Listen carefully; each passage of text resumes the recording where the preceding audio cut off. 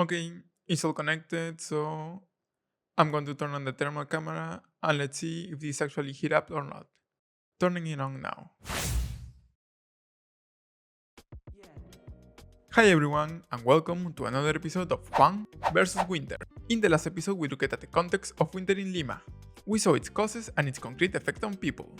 We also tackled what I consider the main problem that people in Lima suffer from: the cold while sleeping. In that video, we experimented with different blankets to determine the best strategy to keep us warm through the night. The series started with that episode because we are more vulnerable to the cold at night since we are not doing physical activities that keep us warm. However, we only spend a third of our time sleeping, which means we spend the other 2/3 awake, and a good part of that time we have to be outside, whether it's for work, studying, or just not being at home all day. Sooner or later, we have to go out. In cold situations, we use warm clothing, and in many cases, it works quite well, so why should we improve it? Honestly, for people who are happy with this solution, there's nothing more to say. But if you're like me, often we are not satisfied with current solutions.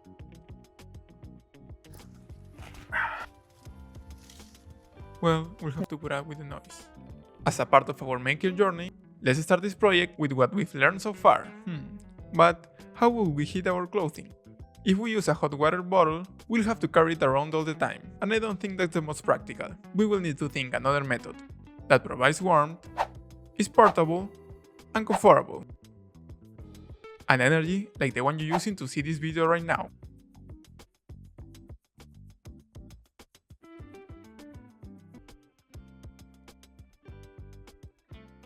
Are you thinking of using electricity or electronic in your projects?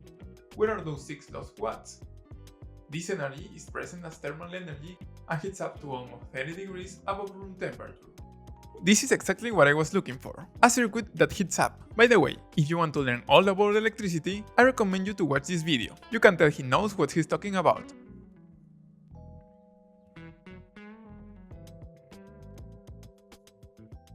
I don't know if you're familiar, but this is a shower resistance.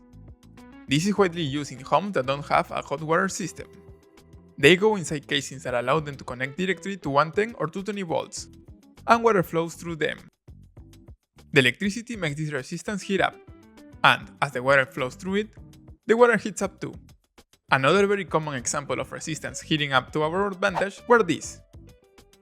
These old bulbs were also known as filament bulbs because they had a filament that energy passed through, and it heated up so much that it glowed red hot. This filament can heat up to hundreds of degrees. However, it doesn't catch fire because it's encapsulated in this glass and there's no oxygen inside, so fire can't start. This is the law of conservation of energy. In the end, all the energy that goes into a system comes out. Precisely what we need now is for this energy to come out as heat that can keep us warm. To better understand this, we have to go back to the drawing board. I leave the little dude here because it might come handy later. Remember this wheel from a past video? Specifically, what interests us now is power, as is the measure of energy per unit of time. And since energy is basically heat, it's just what we need now. So let's start with what we already know. A classic circuit with a resistor heats up. What interests us now is having the highest amount of power possible. And power is given by the resistance multiplied by the square of the current.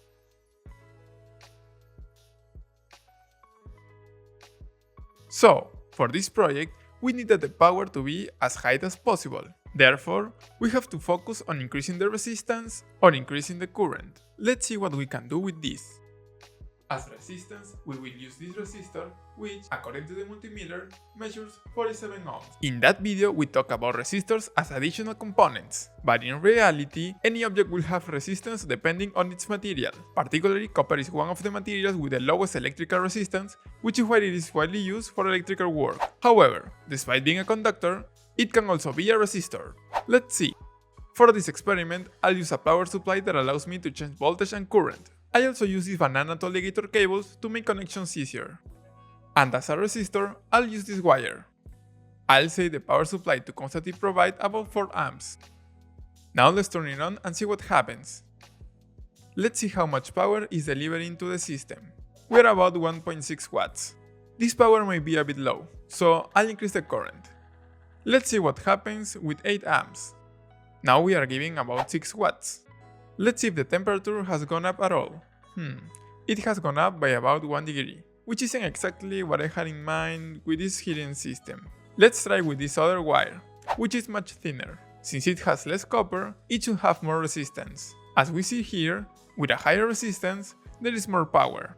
We'll turn it on at 8 amps. Our wire definitely had to heat up a bit more.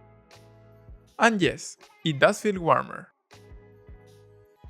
We're about 22 degrees, and it's probably higher, but since the wire is so thin, our laser isn't detecting it well. Okay guys, we have different type of wires. I've tried to select the thinnest ones I have available. Each wire has a different type of insulation. For example, this one is silicone, which makes it very flexible, like a noodle. And here we have an enamel wire, which is basically a single copper filament covered by paint. Similarly, we have wires covered by PVC and others with Teflon. For the experiment, I think it's better to go with the silicone one as it's much more flexible and will be more comfortable if it's on our body. If we choose more rigid wires like this one, it will feel a bit strange. For this, I'll clean the table and use the winning blanket from the last episode to simulate fabric.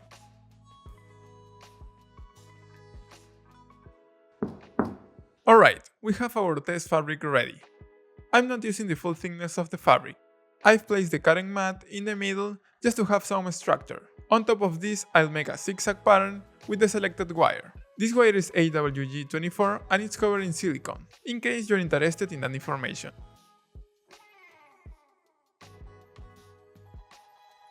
Okay, our circuit is ready. It's basically a zigzag, starting here and ending here. Next, we'll energize both ends and measure the overall temperature to see if it's effective or not. Click the link in the description to join my free Maker Mail newsletter, where I'll post updates on my projects and useful information so we can keep learning together. We have our entire setup. I'll set the power supply to 5 amps and 11 volts, but what really matters is the 5 amps. And let's see the temperature. Approximately 18.6. I'll start it now. We won't see anything with a regular image, so let's switch to the thermal imaging.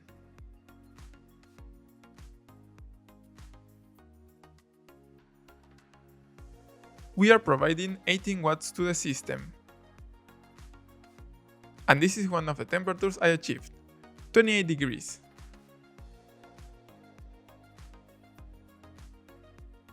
Wow, it definitely feels warmer.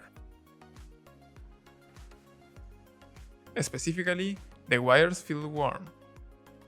But it's not an uncomfortable temperature. I put a sheet over it to simulate what it would feel like. And it still feels warm. Although, I must admit, it feels warmer touching the wires directly.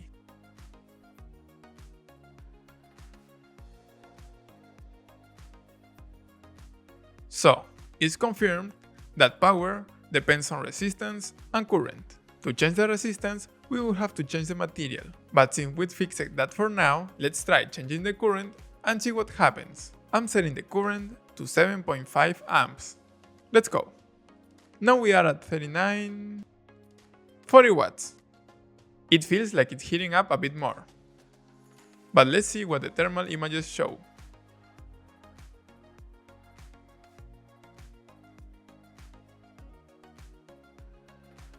So far, everything is going as planned. We've managed to get this wire to heat up and provide us with warmth. We've also confirmed that increasing the current increases temperature.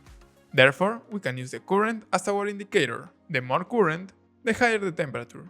This will be useful later. Now we have to choose which jacket best suits this invention.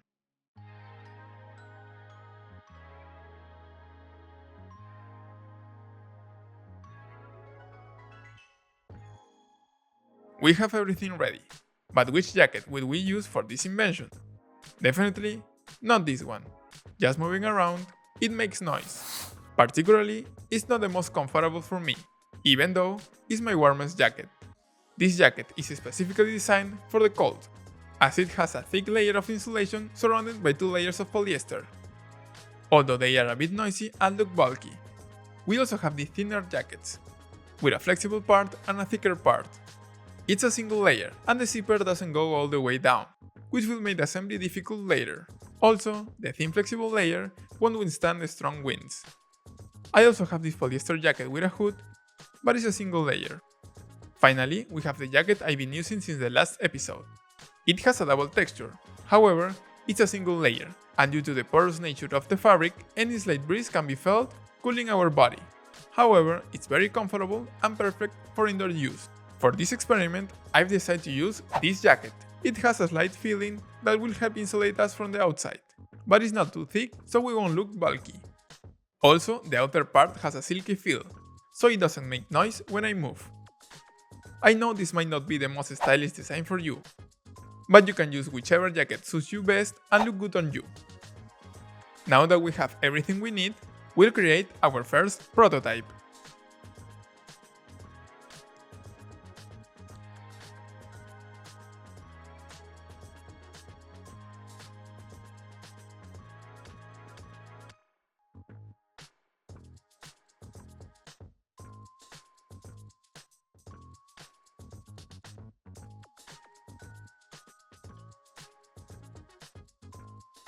Well, here's the initial prototype.